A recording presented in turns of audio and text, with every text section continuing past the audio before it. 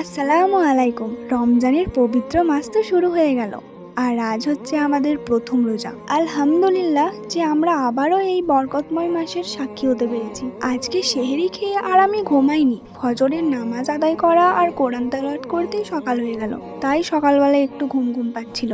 তারপর মা বললো যে এই লাউটা একটু কেটে দিত, গরুর খাবার বানাবো, তো তাই জন্য লাউটা কেটে দিচ্ছিলাম।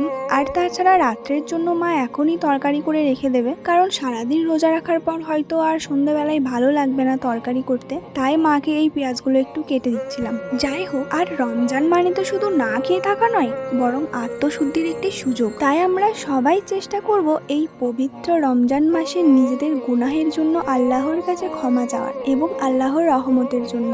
যাই হোক, আর জানো আমাদের এই মুরগিটা পেঁয়াজ কাটাও খায়। আজকে যেহেতু মা রান্না করেনি, তাই ইফতারের জন্য পায়েসটাও এখনই বানিয়ে রেখে দিল। আর এই প্রথম রোজাটা তোমাদের কেমন কাটলো কমেন্টে অবশ্যই জানিও।